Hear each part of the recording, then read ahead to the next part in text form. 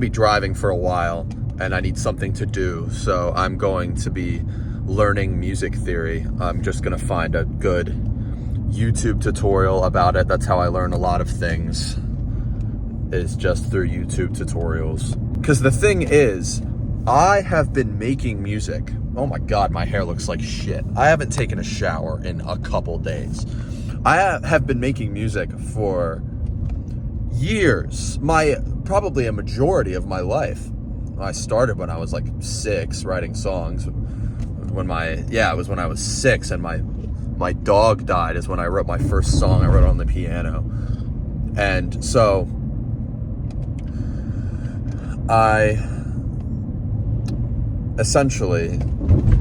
I've made hundreds, if not thousands of songs I've written, and I don't know music theory. And so I completely understand that I don't need to know it, because like the notes on the piano and the notes on the guitar and whatever other instrument I play, they all still make noise. You know, they all still play at certain notes. I can just play what sounds good. That's what I've been doing, is I just hit one note on the piano and I say, that sounds good. And then I hit another one and I say, that doesn't sound good. Notes sound bad. And then I just iterate from there and just figure out what sounds good. And I've gotten by for a while doing that, but I'm interested to learn about music theory, and it might make my life a lot easier, and it might allow me to discover new patterns that I wouldn't have discovered before. By the way, my name is Luke, and you are watching Castles in the Air. And you might think I'm some kind of musical genius for saying that I don't need to learn music theory, but it's just go pick up a guitar or go find a piano and play a note on it, and then fiddle around and find another note that sounds good with it, and keep doing that. And this dude walking on the side of the road hitting a fucking box mod. Jesus Christ. I haven't hit a box mod since fucking middle school, yo. I actually didn't hit a vape until high school. Don't vape. I don't vape anymore. I quit. I never had my own anyway. Beside the point, just go pick up a guitar, pick up a piano, and just mess around with it for like an hour and see where you get. Because you'd be surprised how little you need to know to make something that's pleasing to your ears. I just missed my turn. This is one of my absolute favorite bodybuilding foods. So you have your Greek non-fat yogurt, non-fat to save on the calories. And then you have a cereal of your choosing. I got this idea from Alex Hormozy, a fellow YouTube man, who's actually a business guru, very smart and in many respects outside of that as well. But he's also a bodybuilder, and he does this with Fruity Pebbles, and I can attest that it is really delicious with Fruity Pebbles. But you take your cereal, and you would pour it in and just mix it up, but that gets soggy with a lot of cereals. So instead, I just sort of cover the top. I cover the top, and so does he. We cover. This is a Berry Captain Crunch, by the way, off-brand from the Aldi. And we cover the top, I probably should have fucking measured this shit out first, but whatever, I'm gonna call that a third of a cup. Because I don't really give a shit. So, then we have this. And there's none below here, it's just yogurt. And so we just eat that layer, and then after I'm done that layer, we pour a little more on top if I want to. And essentially what we have here is a bowl of cereal, but instead of milk, you have Greek yogurt, which is much more protein dense and the same amount of calories.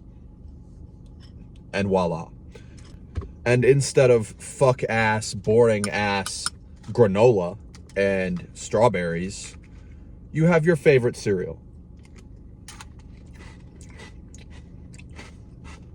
Not to mention that Greek yogurt is a fermented food, and fermented foods are incredible for you. Now, you might be wondering why I'm talking about what foods are good for you when I'm eating a very sugary cereal. Info to that is, number one, go fuck yourself. Number two,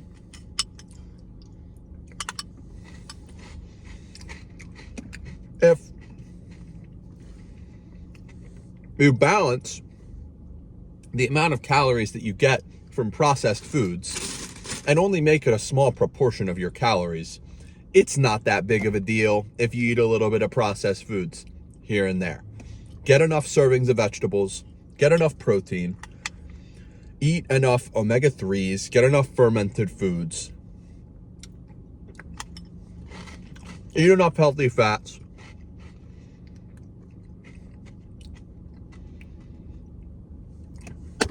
You can have some processed foods here and there. You'll be fine. You can trust my health advice. I'm a 22-year-old white boy with no education. Word to your mother. So I just finished watching a 30-minute long video from Andrew Huang, which is quite simply titled Learn Music Theory in 30 Minutes or something like that. And I can definitely understand how it could make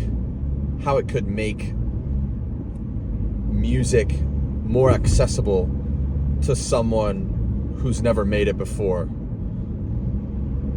As someone who's already been making music for a long time and made a lot of songs, written a lot of songs, written a lot of chords, chord progressions, written a lot of melodies, a lot of drum patterns, etc. I don't see the utility of it. As a matter of fact, I worry that it would restrict me because it kind of, from my view, I would love to be proven wrong about this, by the way. I would love arguments in the comments and stuff. I would love for someone to provide a new perspective. I 100% would. From what I have consumed about it so far, from the introduction I've been given, it's kind of putting music inside of a box. And some of the absolute best music in the world happens outside of the box. That's one of the points of music. A lot of the time, that is the point of music, is to introduce new ideas, especially experimental music, is to introduce new ideas and try new things and create an enjoyable experience that you didn't think was going to be enjoyable in that way.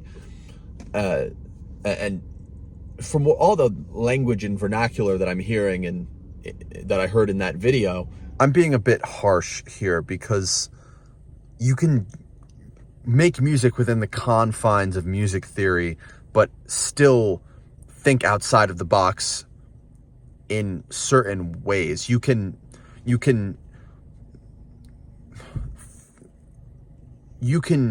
go against the standard accepted principles of music theory, but still be operating within music theory. You can do that, and it can probably make it a lot easier for ideas to come to your head. So I'm kind of dismissing it probably a little too early, and I don't know enough about it. It just seems to me like it's like, oh, if you go from a major third to seventh and then back down to one, then that's usually something that sounds good. So if I sit down at my desk and in my studio and I know that I can do a seventh and then a third and a fifth, and then I can play them as a melody, and then that might sound good. I don't know if that's actually true, but that's predictable to me. I mean, the only time that I feel I might need to use this is when I'm communicating with someone else a melody they should create. And even then, if I can communicate it a different way if they don't know music theory, and if they do know music theory, I mean, I don't know, I just feel like I don't need music theory to communicate. I can just communicate by playing what I want them to understand. I don't know. I don't think it's a bad thing. I don't think music theory is a bad thing. I just don't see why I would bother. Because I see music as a blank canvas. And it seems that one second. And that's not me saying that if you use music theory to create your songs that you're not creative. That is not what I'm saying at all. I think it's very possible to have both things be true. I'm simply saying that it's never how I've made music. It's kind of a foreign way of doing it to me because I've already detailed it, but I just sit down, I'll grab whatever instrument I'm using, and I just think what would sound good, and then I play it. And oftentimes I'll already have a melody or a chord progression in my head that I thought of earlier that came to my mind at some point, and I hummed it into my voice memos or something, and then I just try to find the notes for it, whether I'm playing a guitar or playing a piano or in Ableton, or I use Reaper now, messing with the piano roll on a MIDI instrument. Like, that's my process. And different people have different processes. There's probably songs that I absolutely love made by people who know a shit ton about music theory and used music theory in that song. And there's probably some songs that I absolutely love made the way that I do it. It doesn't matter, I don't think. What matters is if the song is fucking good. That's what matters. And I don't know, I guess I kind of prefer that approach. And that's pretty much all I have to say. So I would explore the field of music theory more, but I don't feel very enticed to, oh God, I'm doing the fucking Trump hands, what the fuck? I don't feel very enticed to do so. And if you think I'm missing something, let me know. I think my time would be better spent learning about sound design, because there's so many tools that I don't know about yet in sound design. I don't know what granular synthesis is. I don't know about a lot of things. There's so many different ways of making a sound. And to me, the way that an instrument sounds is one of the most important parts of a song, of my songs. So if I'm going to learn anything, it's probably going to be that, because that's really cool. Sound design I find that incredibly enjoyable, especially when you make sounds that are meaningful to you, that use samples from certain media that you really enjoy. Like for me, I use cartoons from when I was a kid, and the cartoons that I've watched recently, and I use samples from that, and I mess with them a lot.